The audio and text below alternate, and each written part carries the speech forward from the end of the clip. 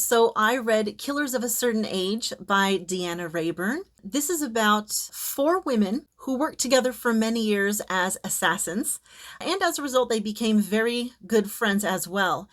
They are now about the age of 60 and are retiring. And at some point, they figure out that the company they work for, is trying to kill them. So this is definitely not the kind of novel that I would typically read. For one thing, I don't really care for friendship stories, but that is very much at the center and heart of this book. Another type of book I don't really care for is like spy type of novels or really action oriented novels. And again, that's the kind of book this is. But for whatever reason, it just sounded like I might like it, and I'm not sorry that I picked it up.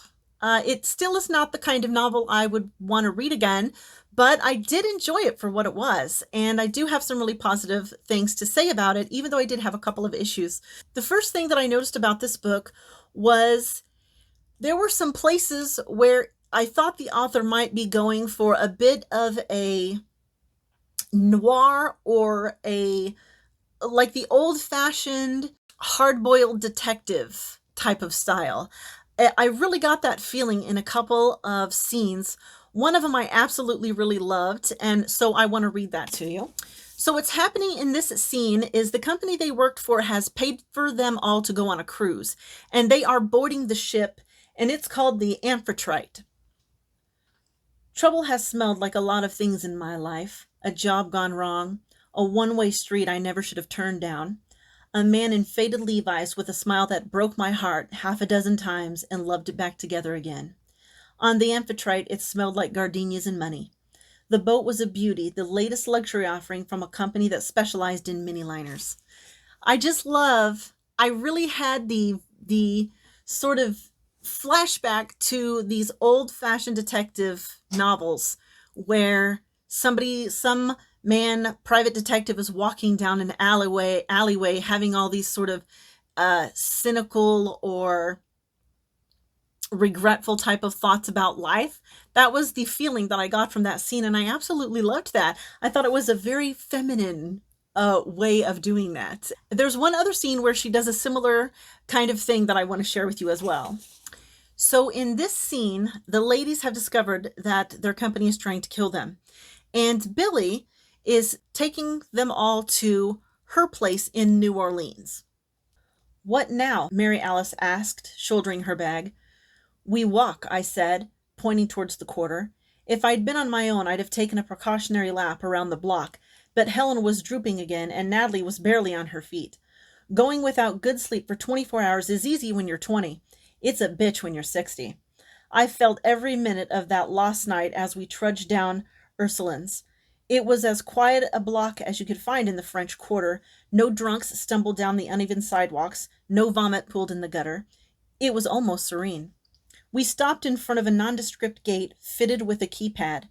The gate was backed with thick padded canvas, obscuring any view into the property. I punched in the code, and there was a moment of expectant silence. Then a soft buzz, a clang, and the gate swung open. Beyond lay an arched brick tunnel, softly lit by a single gaslight that flickered.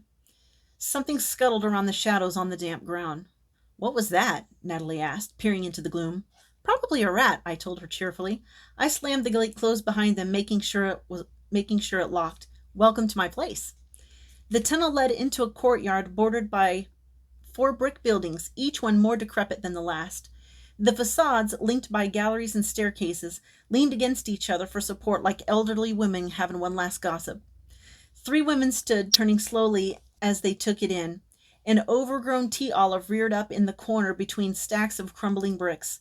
There were more stacks, slates, boards, bags of cement, and pots full of shrubs in various stages of growth. In the center, a fountain missing its jet was full of green water. The surface rippled a little, and Natalie jumped. "What's moving in that water?" Mary Alice demanded. "Louis the carp. He came with the house." "Well, I suppose it's nice to have a pet," Helen said politely. Don't you just get that same feeling of walking down this sort of deserted street? In my mind, it's a little bit fog covered, quiet, you know, so every little noise is kind of, and movement is kind of making the women jump. It takes me back again to these old private detective movies, hard-boiled private detective movies. So yeah, I really liked that scene as well. That's another favorite scene in this novel. Something else I enjoyed in this book was some of the humor. For example, when they're on the cruise ship, they have a confrontation with the man who's trying to kill them. And Billy strangles the man with her legs. And in order to do this, she has to do a lot of sort of jumping around type of moves. And when it's over, she has to take this pose on her hands and knees on the floor because she has thrown her back out. I thought that was so funny. Really made me laugh. And then there was another scene where one of the characters is biting into some kind of a pastry, and it's so good, she says, "I think I just ovulated." It made me laugh so much. Once the women decide that they need to get out of the country, they realize that they don't have any money. They can't access their bank accounts without getting caught, and they have no money with them.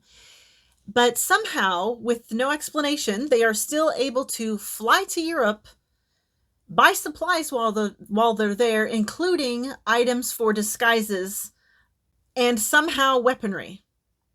So that really, really bothered me. I don't usually get really hung up on nitpicky things, but for whatever reason, from that moment, I was absolutely picking this book apart.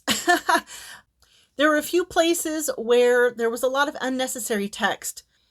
At one point during their trip, they land in a particular town, and the narration goes from their trip to this sort of rant, I guess, about how it's very crowded and there's all these Christmas shoppers and they're pushing and shoving each other and so much for peace on earth and goodwill to men. And that completely broke the flow of the trip for me. It just seemed really unnecessary, and I didn't really understand why that part was there. It didn't relate to anything else going on in the story at that point or any other point. And so that bothered me. And then once they reach the place that they're going to stay, it hasn't been cleaned or cared for many, many years. It's just been locked up and sort of neglected. And they get a fire going in the fireplace. However, if this place hasn't been attended to in a long time, it means the chimney hasn't been cleaned. And I can't imagine after 20, 30 years or however long it's been, that chimney is not full of debris, and that they would be able to just start a fire and have the smoke escape from the chimney like it's supposed to. I just can't imagine that. So that struck me as very unbelievable.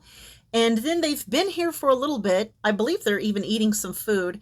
And they talk about how they need to get the bathroom cleaned because they all need to shower and the bathroom is just completely and totally disgusting. Well, wouldn't their first concern be the toilet? And wouldn't they have already used the toilet because they've been in this place for a little while? I would think after a long journey, that's probably the first thing you'd want to do. So that didn't make sense to me. And there were other nitpicky things. There were several, actually. And I realized that I just still wasn't over the whole thing about not having any money and somehow being able to get to Europe, and that I was nitpicking the book to death. So I had to set it aside. But once I picked the book back up again, it started going a lot better for me. I really enjoyed the ending. The ending was very action-packed, and it was exciting, and it was fun. And even though there was a lot of killing, it wasn't really gory. And it was very, very satisfying. It had a very satisfying ending.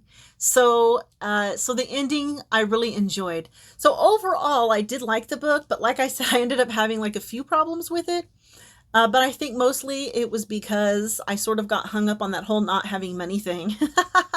But I would feel comfortable recommending this book to someone who reads this sort of novel. So that's my 2 cents on Killers of a Certain Age, and I'll call that the end of the video.